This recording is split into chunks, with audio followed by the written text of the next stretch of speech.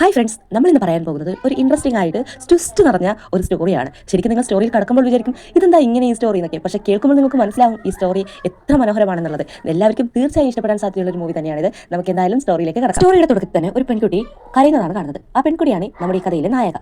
ആ പെൺകുട്ടിയെ വലിച്ചഴിച്ചുകൊണ്ട് ഒരു സ്ഥലത്തേക്ക് കൊണ്ടുപോകുന്നതാണ് കാണുന്നത്. ആ കൊണ്ടുപോകുന്നത് ആരാണെന്ന് ചോദിച്ചാൽ ആ പെൺകുട്ടിയുടെ സഹോദരനാണ്. പക്ഷേ ഈ സഹോദരൻ എന്ന് പറഞ്ഞാൽ അവളോട് വലിയ ഇൻട്രസ്റ്റോ ഒരു സ്നേഹമോ ഒന്നുമില്ല. കാരണം അവൻ്റെ രണ്ടാമത്തെ അമ്മയിലുണ്ടായതാണ്. അതായത് അവൻ്റെ അച്ഛൻ്റെ രണ്ടാമത്തെ ഭാര്യയിലുണ്ടായ മകളാണ്. അതുകൊണ്ട് തന്നെ അവളെ വലിയ ഇഷ്ടമൊന്നുമല്ല. പക്ഷേ ഇപ്പോൾ അവൾ എവിടെ കൊണ്ടുപോകുന്നതെന്ന് വെച്ചാൽ അവൻ്റെ ബിസിനസ് ആവശ്യങ്ങൾക്കായി ഒരു ക്ലയന്റിനെ മീറ്റ് ചെയ്യാൻ പോവുകയാണ്. ആ മീറ്റ് ചെയ്യുന്ന ആളോട് വെച്ച് ഇവളെ ഇന്ന് ഒരു ദിവസം അവൻ്റെ കൂടെ കഴിയാൻ വേണ്ടി നിർബന്ധിച്ചാണ് അവളെ കൂട്ടിക്കൊണ്ടുവന്നിരിക്കുന്നത്. അവൾ അത് ചോദിച്ച് ഒരുപാട് കരയുന്നുണ്ടെങ്കിലും അവൻ അതൊന്നും കാര്യമാക്കി എടുക്കുന്നതേ ഇല്ല. പക്ഷേ ആ കൊണ്ടുവരുന്ന സ്ഥലത്ത് നമ്മൾ കാണുന്നതാണ് നമ്മുടെ ഈ കഥയിലെ ഹീറോ വിചാരിക്കുന്നുണ്ട് ഇവനെന്താണ് ബിസിനസ് മീറ്റിംഗ് എന്ന് പറഞ്ഞിട്ട് പെൺകുട്ടിയൊക്കെ കൂട്ടിക്കൊണ്ടാണല്ലോ ഇങ്ങോട്ട് വരുന്നത് എന്ന് ആലോചിച്ചിരിക്കുമ്പോൾ നമ്മുടെ ഹീറോയുടെ ബ്രദർ പറയുന്നുണ്ട്, സാർ ഇത് ബിസിനസ് മീറ്റിംഗ് തന്നെയാണെന്ന് എനിക്കറിയാം, എങ്കിലും ഇത് ഞാൻ ഇവിടെ കൊണ്ടുവന്നത് ഇതിന്റെ സ്വന്തം പെങ്ങളാണ് സാർ, പേടിക്കൊന്നും വേണ്ട, ഇവൾക്ക് 22 വയസ്സ് മാത്രമാണ് പ്രായമുള്ളത്, സാറിന് ഇവളെ തീർച്ചയായും ഇഷ്ടപ്പെടുമെന്ന് പറഞ്ഞ് അവളെ ഹീറോയുടെ അടുത്തേക്ക് തള്ളിവിടുന്നു. അവരുടെ അടുത്ത് വന്ന് വീഴുന്ന അവൾക്ക് വല്ലാത്തൊരു സ്മെല്ലാണെന്ന് ഹീറോ തിരിച്ചറിയുന്നു. അത് അവളിലേക്ക് ആകർഷിക്കുന്നതായിട്ടും അവൻ ഫീൽ ചെയ്തു. അവൻ അറിയാതെ അവളെ സ്മെല്ല് ചെയ്ത് നോക്കുകയാണ്. അപ്പോൾ നമ്മുടെ ഹീറോയുടെ ബ്രദർ പറയുന്നുണ്ട്, സാറിന് ഇവളെ തീർച്ചയായും ഇഷ്ടപ്പെടുമെന്ന് എനിക്കറിയാം, സാർ ഇവളെ എത്ര ദിവസം വേണമെങ്കിൽ ഇനി ജീവിതകാലം മൊത്തം ഇവിടെ ഉപയോഗിച്ചോളൂ, എൻ്റെ ബിസിനസിൻ്റെ കാര്യത്തിൽ ഒരു തീരുമാനം ഉണ്ടാക്കി തന്നാൽ മാത്രം മതി,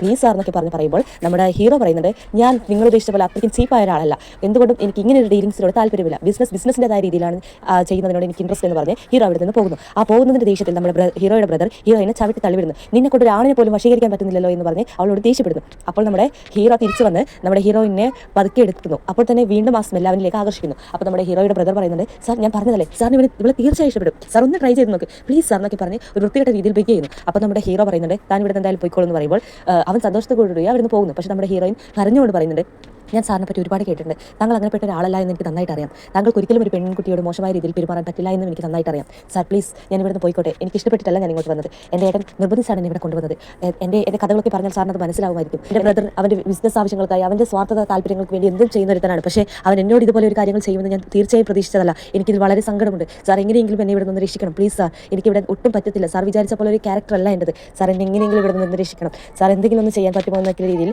അവനോട് കാര്യമായിട്ട് കഥകൾ പറയുമ്പോൾ അവൻ അതൊന്നും കെയർ ചെയ്യുന്നില്ല. അപ്പോൾ അവൾ ശരി സാർ, അപ്പോൾ ഞാൻ ഇവിടുന്ന് പോവുകയാണെന്നുള്ള രീതിയിൽ അവൾ അവിടെ നിന്ന് എഴുന്നേറ്റ് പോകുവാൻ ശ്രമിക്കുന്നുണ്ട്. അപ്പോൾ നമ്മുടെ ഹീറോ അവളുടെ കാൽ വലിച്ച് താഴോട്ടേക്ക് വലിക്കുന്നുണ്ട്. അപ്പോൾ അവൾ ദേഷ്യത്തോടു കൂടി നോക്കുന്നുണ്ട്, ഇവനെന്താ ഇത്രയ്ക്ക് പറഞ്ഞിട്ട് കാര്യങ്ങൾ മനസ്സിലായില്ലേ, ഇവനെപ്പറ്റി ഞാൻ വിചാരിച്ചത് ഇതൊന്നും അല്ലല്ലോ, ഇവനെപ്പറ്റി ഞാൻ അറിഞ്ഞത് ഇങ്ങനെയുള്ള കാര്യങ്ങളല്ലോ അല്ലല്ലോ എന്നുള്ള രീതിയിൽ പിന്നീട് അവനോട് ഭയങ്കര ഷൗട്ട് ചെയ്ത് തനിക്കൊന്നും ബുദ്ധിയും വിവരമൊന്നും ഇല്ല എന്നുള്ള രീതിയിൽ ഭയങ്കര ദേഷ്യപ്പെട്ട് അവൾ സംസാരിക്കുന്നു. അപ്പോൾ അവൻ അത് ദേഷ്യപ്പെടുന്നു. അവൻ അവളുടെ കഴുത്ത് പിടിച്ച് ഞെരിച്ച് പൊക്കിക്കൊണ്ട് പറയുന്നുണ്ട്, എന്നോട് ആരും ഇതുപോലെയൊന്നും ദേഷ്യപ്പെട്ട് സംസാരിക്കാറില്ല, നീ ഇനി എന്തെങ്കിലും ഒരു വാക്കും സംസാരിച്ചാൽ ഞാൻ നിന്നെ കൊന്നുകളയും എന്ന് പറയുമ്പോൾ അവൾ പറയുന്നു, ഇതിന് നേരം നിങ്ങൾ എന്നെ കൊല്ലുന്നതാണ്, നിങ്ങൾക്ക് എന്നെ കൊന്നുകൂടെ എന്ന് ചോദിക്കുമ്പോൾ അവൻ അവളെ എടുത്ത് അവിടെ ഉണ്ടായിരുന്ന സോഫയിലേക്ക് എറിയുന്നു. എന്നിട്ട് അവളോട് മിസ്ബിഹേവ് ചെയ്യുന്നത് പോലെ അഭിനയിക്കുന്നു. പക്ഷേ അവൾ പൊട്ടിക്കരയുന്നത് കണ്ട് അവൻ സങ്കടം തോന്നി, നീ ഇവിടുന്ന് പോയിക്കോളൂ എന്ന് പറയുന്നു. അവൾ അവിടെ നിന്ന് പെട്ടെന്ന് തന്നെ ഒരു പാർട്ട് 2 വേണ്ടി ചാനൽ സബ്സ്ക്രൈബ് ചെയ്ത് വയ്ക്കുക.